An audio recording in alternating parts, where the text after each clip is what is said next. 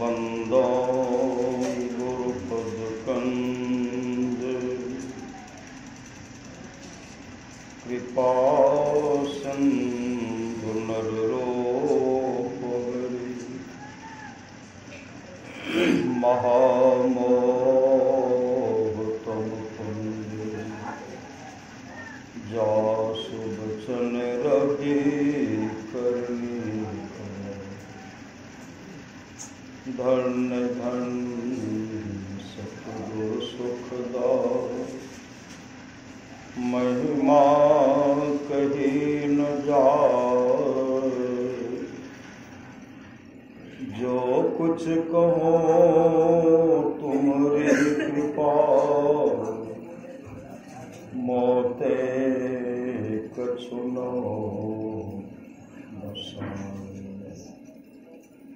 अव्यक्त रूप में प्रातः स्मरणीय अनंत श्री विभूषित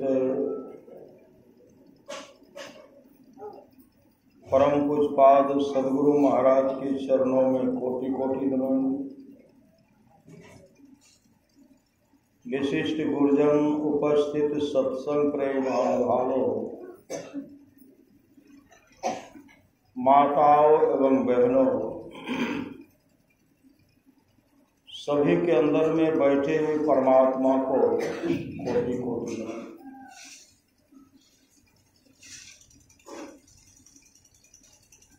अमर मुनि का उपदेश है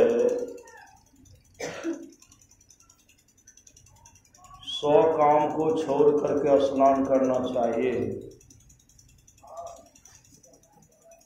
1000 काम को छोड़ करके भोजन करना चाहिए, 1,00,000 काम को छोड़ करके सत्संग करना चाहिए, करोड़ों काम को छोड़ करके अपने जीवन के बागडोर को संत सद्गुरु के हवाले करना चाहिए। परमाराध्य सद्गुरु महाराज की वाणी है,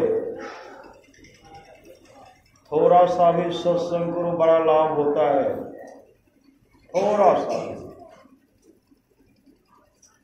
थोड़ा सा भी सत्संग करो बड़ा लाभ होता है। जितना लाभ की बहुत धन के मिलने, बहुत विद्या के पढ़ने से नहीं होता, उतना लाभ सत्संग से होता है। नित्य नियमित ढंग से सत्संग करो। सत्संग से खाली कोई मतलब हो। अभी अमृत की वर्षा हुई, अध्यात्म ग्रंथ का सार ज्ञान कह दिया। जिसको याद रहा उसको अमृत मिला, जिसको याद नहीं रहा उसने अमृत को खो दिया।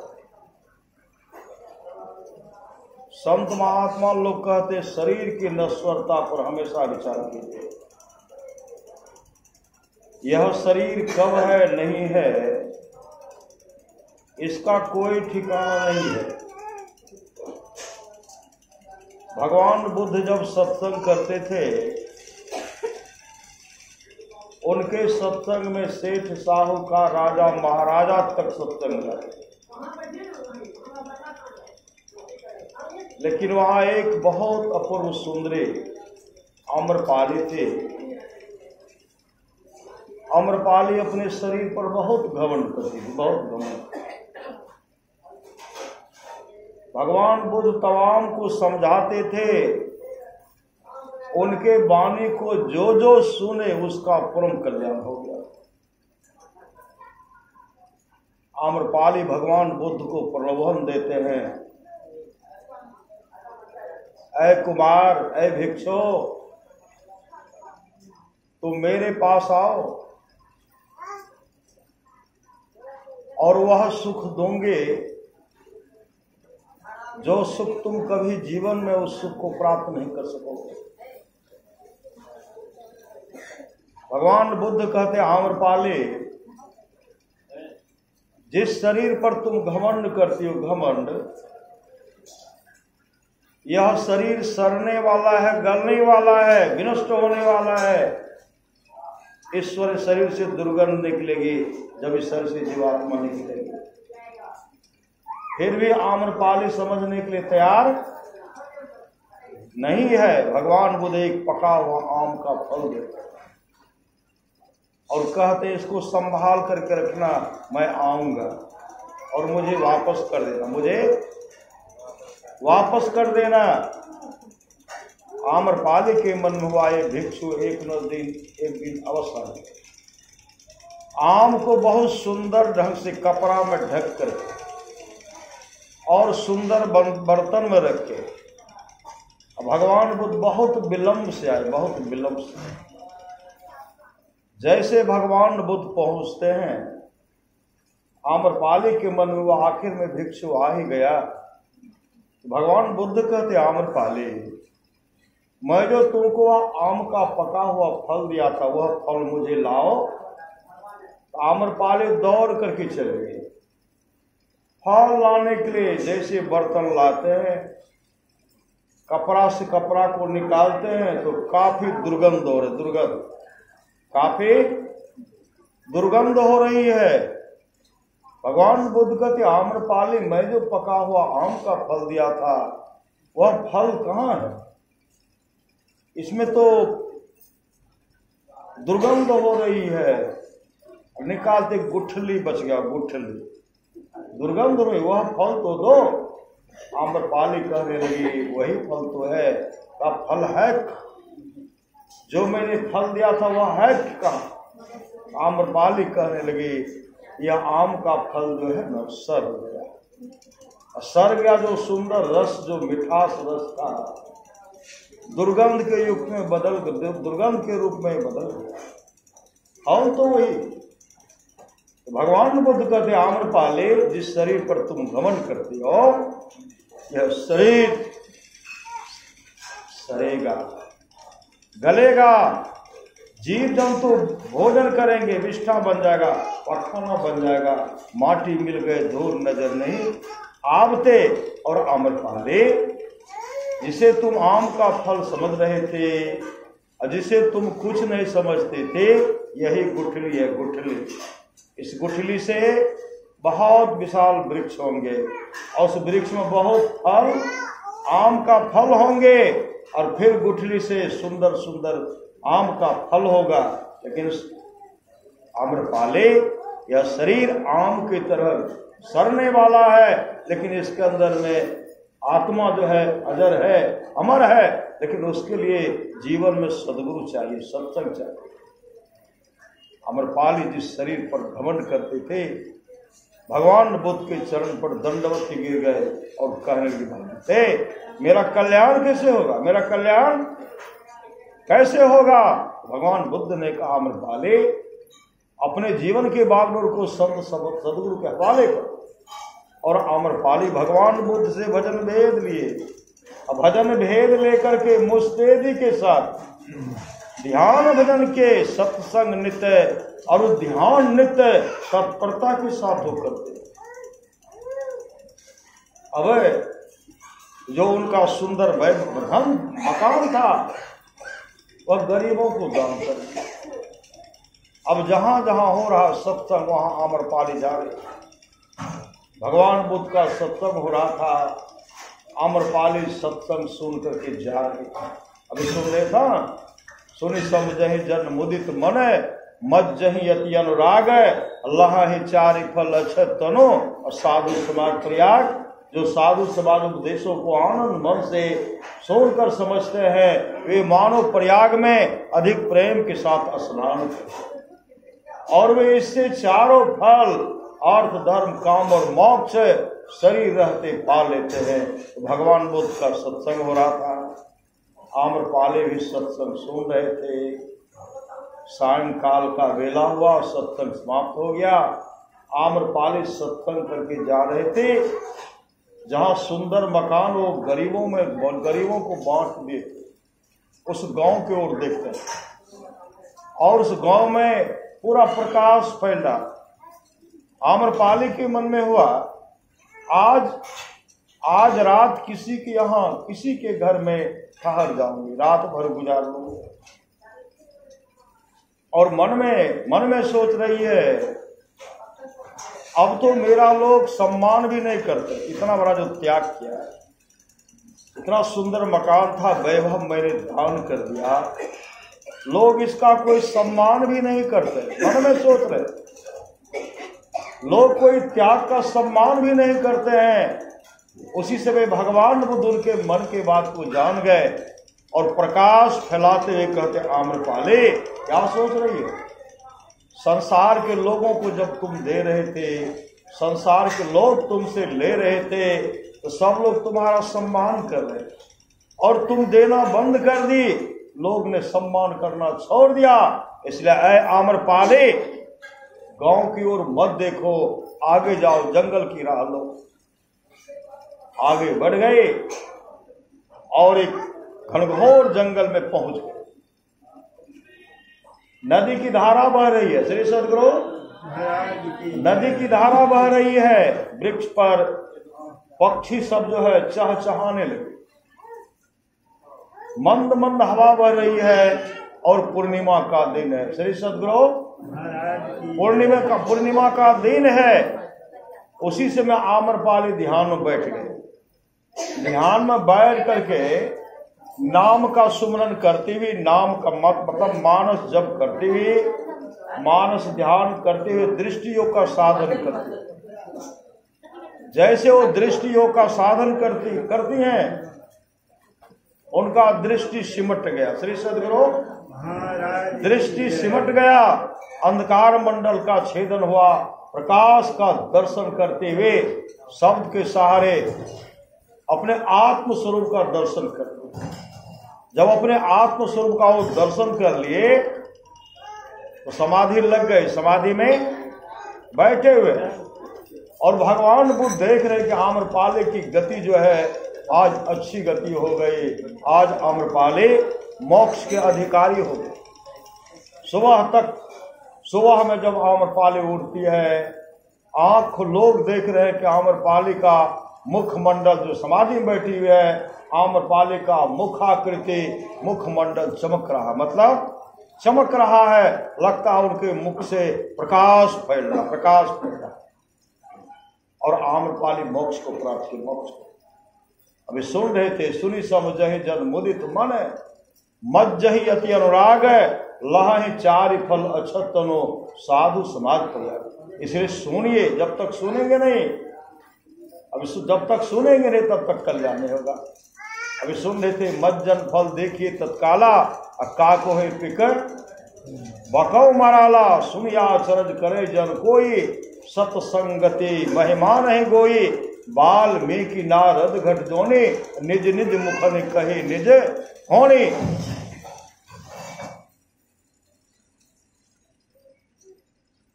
रत्नाकर को जब देवर्षि नारद समझाए, तुम जो दूसरे का धन लूटते हो, हत्या करते हो, परिवार का भरण पोषण करते हो, बहुत बड़ा नरक में दुख भोगना पड़ेगा। रत्नाकर कहते नरक होता ही नहीं, दुख होता ही नहीं है।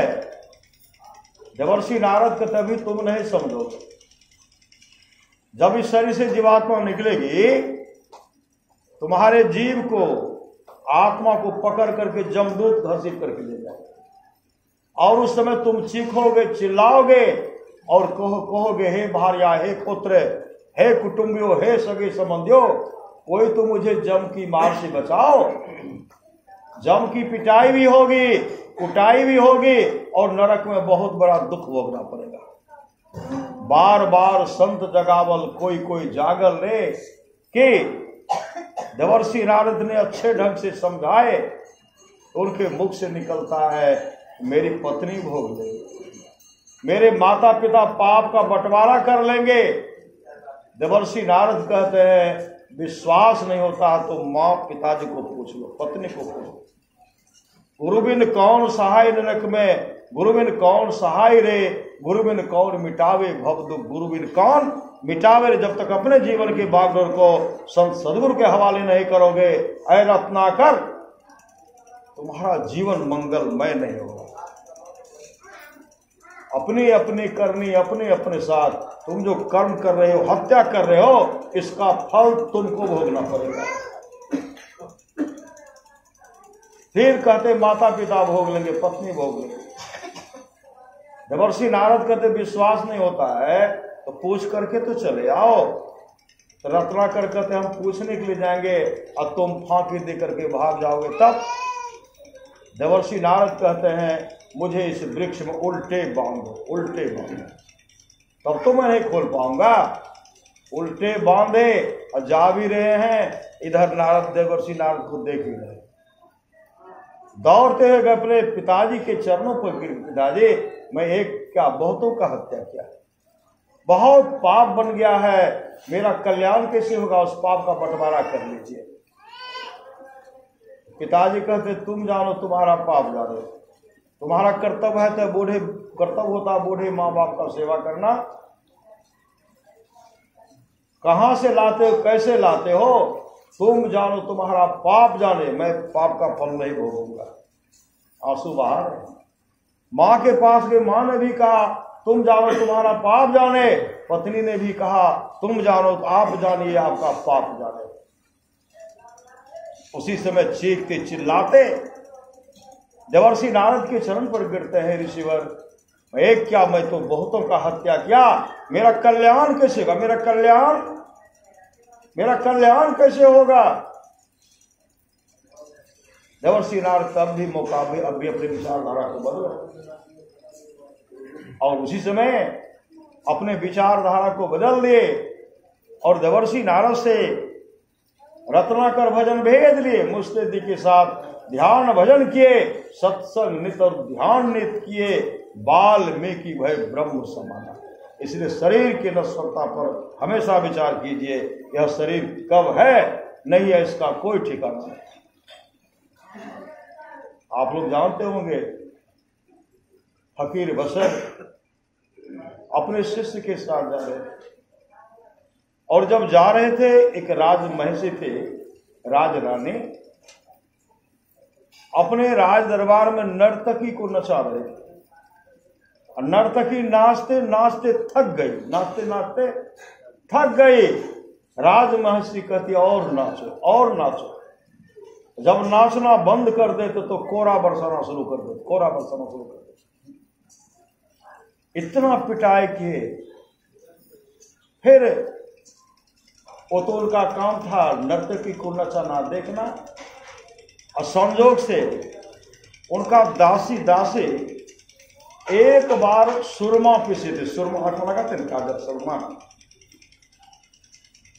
फिर उधर से आते हैं तो देखते हैं अपने दासी को पीट रहे,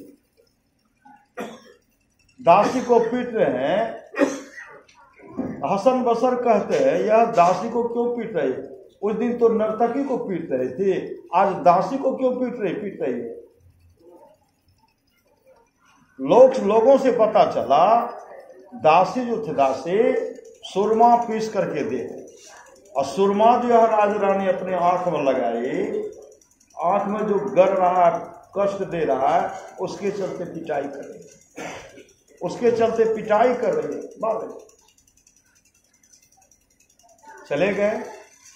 कुछ वर्षों के बाद आते, कुछ वर्षों के बाद गुरु शिष्य दोनों आते हैं और देखते हैं श्मशान घाट में बहुत लाश पड़ा हुआ, बहुत लाश पड़ा हुआ है, और उसमें एक मनुष्य का खोपड़ी, उस मनुष्य के खोपड़ी में चिड़िया घोंसला बना करके रह रही, चिड़िया घोंसला बना करके कई बार अंडा दिए बच्चा हुआ उड़ गया, अंडा दिए बच्चा हुआ उड़ गया, और उसमें देखते हैं बच्चा भी है और चिड़िया भी है मनुष्य के खोपड़ी में। हसन बसर कहते हैं अपने शिष्य से इस खोपड़ी को पहचानते हो? कहा नहीं गुरुदेव, नहीं पहचानता।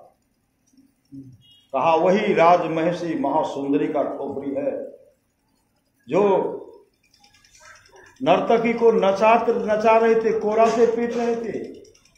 एक बार जो दासी ने सुरमा पीसा था सुरमा थोड़ा मोटा हो गया था, आंख में गर रहा था, उसके चलते दासी को भी पिटाई कर रहे थे। अब शरीर से जीवात्मा निकल गई है, सुंदर शरीर, माटी मिल गए, धूल नजर नहीं आते, लेकिन उसका खोपड़ी बड़ा हुआ। उस खोपड़ी में चिड़िया घोंसला बना करके रह गए। कई बार अंडा दिया, बच्चा उड़ गया, कई बार अंडा दिया, बच्चा बनकर उड़ गया। अभी भी चिड़िया इनके अंदर में है और बच्चा भी है।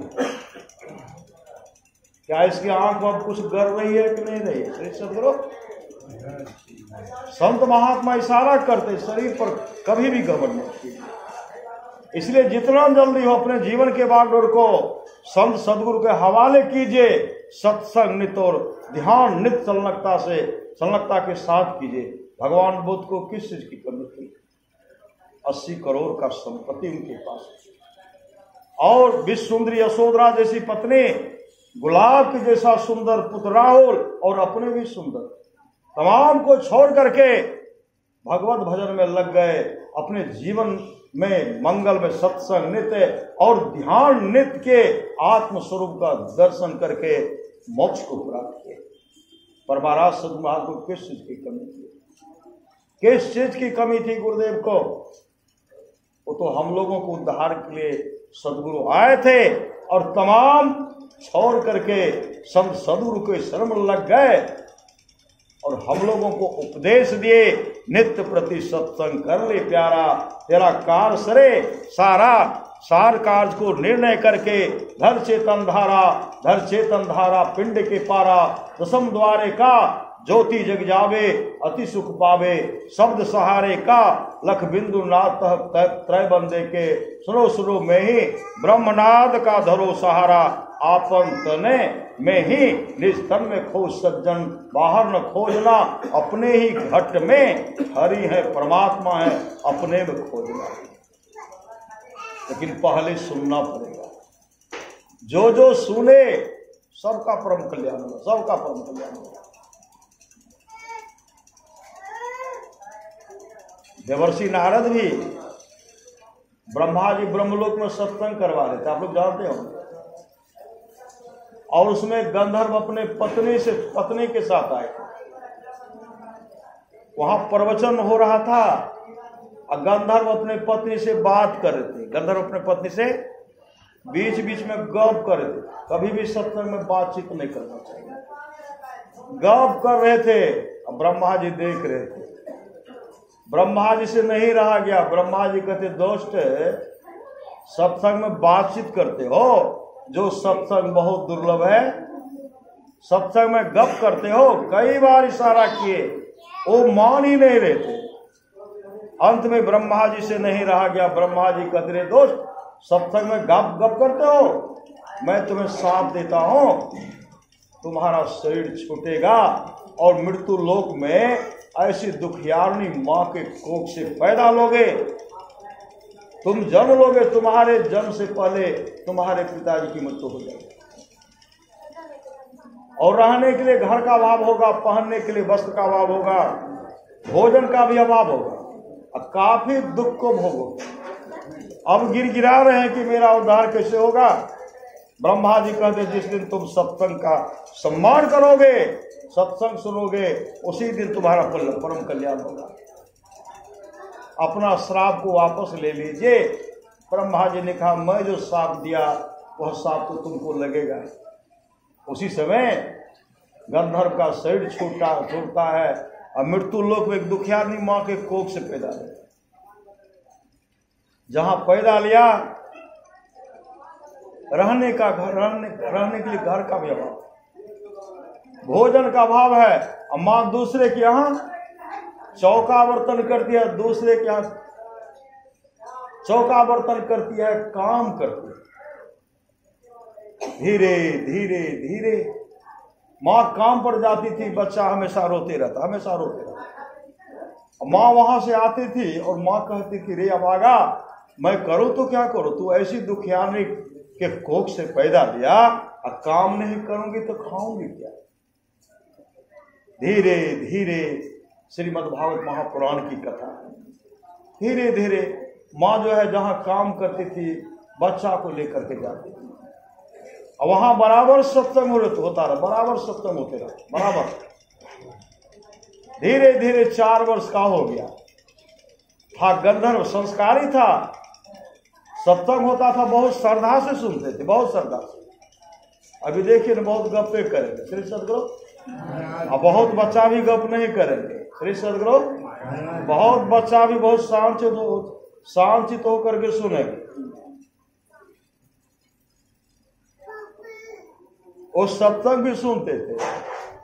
महात्मा जी कहते बालक कमंडल लाओ, कमंडल ला देते, झट ला देते थे, का एक कमंडल जल लाओ, किसी तरह ला देते थे, ला करके साधु का सेवा करते थे। धीरे धीरे 15 वर्ष का हो गया श्री सदगुरु, धीरे धीरे वह 15 वर्ष का हो गया। जब 15 वर्ष का हो गया तो भजन भेद ली, भजन भेद दीक्षा ली, दीक्षा लेकर के सत्संग नित और ध्यान नित कर रहे, संलग्नता के साथ सत्संग नित और ध्यान नित करते हैं। और क्या किए, 15 वर्ष की अवस्था में भजन भेद लेकर के चले गए जंगल, और जंगल में जाकर के कुटी बना करके ध्यान भजन करने लगे। ध्यान कर रहे थे, उसी आश्रम के बगल होकर के एक महात्मा जी जा रहे थे, महात्मा। जब ध्यान से निवृत्त होते हैं तो देखते हैं दूर में एक महात्मा जी जा रहे हैं, दौड़ पड़े, संत का दर्शन करने के दौड़ पड़े। वहां जैसे दंडवत उनके चरण पर गिरते हैं, जैसे प्रणाम करते हैं, तो महात्मा जी उनको उठाते हैं, उठाते तो कहते कौन हो, पहचान गए? कहते गुरुदेव यहाँ ध्यान भजन करने के लिए आया हूँ, इसी जन्म में हमको मोक्ष प्राप्त करना। महात्मा जी कहते घर में तुम्हारी बूढ़ी माँ है, बूढ़ी माँ का देख रेख कौन करेगा, बूढ़ी माँ का सेवा कौन करेगा? बूढ़ी माँ का सेवा छोड़ करके, अपने माँ का सेवा छोड़ करके जो तुम जंगल में भटक रहे हो, ध्यान भजन कर रहे हो, कभी तुम्हारा कल्याण नहीं होगा। कल्याण चाहते हो तो जब तक माँ जीवित है, माँ का भरपूर सेवा करो, भरपूर सेवा। जब माँ संसार से चल बसे, घर के कोने में करना, वन में करना, कहीं भी करोगे, जंगल में करोगे, तुम्हारा ध्यान भजन बनेगा। उसी समय अपने गुरुदेव को प्रणाम करके पुनः वापस आए और माँ का सेवा में लग गए। माँ का सेवा, माँ जब तक जीवित रही माँ का भरपूर सेवा किए। माँ जब संसार से चल बसे, जंगल में जाकर के ध्यान भजन करने लगे, ख्याति प्राप्त महात्मा हुए। लोग उनको संत हरिदास के नाम से जानने लगे, संत हरिदास श्री सदगुरु। फिर उनका शरीर छूटता है, फिर एक गरीब के घर में पैदा, फिर गरीब एक घर में पैदा। इस जन्म उसकी माँ श्री सदगुरु, इस जन्म उसकी माँ दूसरे के यहाँ गाय दूहने का काम करती, गाय दूहने के लिए, गाय दूहने का काम करते थे। संजोग से एक दिन की बात है, इस बालक का उम्र हो गया, उम्र 5 वर्ष का हो गया। उसी समय वो माँ के साथ चले गए, माँ का पता लगाते माँ के पास गए। माँ आगे बढ़ करके जा रहे, पीछे से यह बालक भी चले गए। तो उस समय माँ दूसरे का गाय दूह रही थी, पूरा पांव कीचड़ में धंसा हुआ था। गाय जो दूह रही थी, माँ को बहुत कष्ट हो रहा था। उसी समय वो बालक कहते, माँ अब आपको किसी के यहाँ काम करने के लिए हम नहीं देंगे, खुद मैं काम करूंगा, मैं आपका भरण पोषण मैं करूंगा। माँ हंसने लगी, तू अभी बच्चा है, अभी मेरा भरण पोषण तू कैसे करेगा?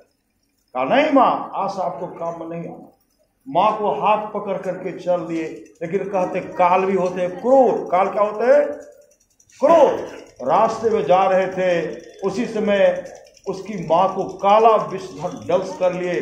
जैसे डंस करते हैं, माँ धाराशायी हो गई, धरती पर गिर गई, मृत्यु हो गई। तुरंत पूरा शरीर काला स्याह हो गया। 5 वर्ष की अवस्था में वो माँ का क्या करते, क्या दाह संस्कार करते, बिलख बिलख करके रो रहे थे। कोई सहारा नहीं था, माँ को छोड़ करके आगे बढ़ते हैं। जैसे घनघोर जंगल गए, एक विशाल वृक्ष था, श्रीमद् भागवत महापुराण कथा। वृक्ष पर बैठ करके बिलख बिलख करके जो रो रहे थे, ध्यान करते हैं और बिलख बिलख करके रो रहे हैं। उसी समय उनको साक्षात परमात्मा का दर्शन हुआ, उनको साक्षात परमात्मा का दर्शन हुआ। जैसे दर्शन हुआ, प्रभु फिर अंतर्धान हो गए। यह बिलख बिलख करके रो रहे हैं।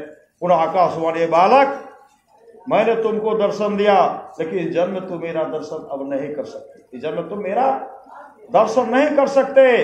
अब महाप्रलय होगी श्री सद्गुरु, महाप्रलय होगी। महाप्रलय होने के बाद तुम फिर संसार में आओगे और उस समय ख्याति प्राप्त करोगे। उसी समय महाप्रलय हो गए। महाप्रलय जैसे हो गए, महाप्रलय सब ब्रह्मा जी समाधि में बैठे, सब ब्रह्मा जी में समा रहे। ब्रह्मा जी में ऋषि मुनि सब उनमें समा रहे। एक 5 वर्ष का बालक ये भी उनमें समा गए।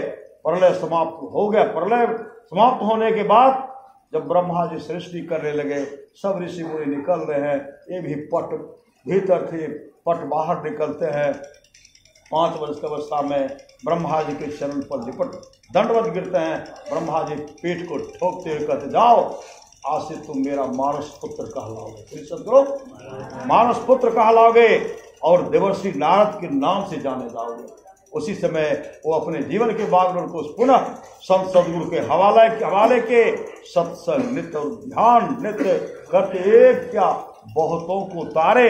अभी भी देवर्षि नारद सत्संग आते हैं, अभी भी देवर्षि नारद सत्संग में आते हैं। हनुमान प्रसाद पोद्दार गीता कुटीर गोरखपुर में सत्संग कर रहे थे और सत्संग में पाठ कर रहे थे। देवर्षि नारद और अंगिरा ऋषि का प्रसंग सुना रहे थे। इनके मन में हो गया, अंगिरा ऋषि भी तो हैं, देवर्षि नारद तो चिरंजीवी हैं, अगर उनका दर्शन होता तो बहुत अच्छा। पाठ करते करते मन में विचार करते हैं, मने में चिंतन किए। उसी समय रात्रि में क्या देखते, स्वप्न देखते हैं। देवर्षि नारद अंगिरा ऋषि के पास आते हैं, हनुमान प्रसाद पोद्दार के पास आते हैं और कहते हैं, हनुमान प्रसाद पोद्दार जी, कल जो आप सत्संग कर रहे थे उस सत्संग में हम और अंगिरा ऋषि सत्संग में आए, हम लोग सत्संग सुन रहे थे, लेकिन आपके मन में हुआ जो देवर्षि नारद अंगिरा ऋषि का दर्शन होता तो हम कल दिन के 3 बजे आ रहे हैं। श्री सदगुरु, हम दिन के 3 बजे आ रहे हैं। स्वप्न टूटा।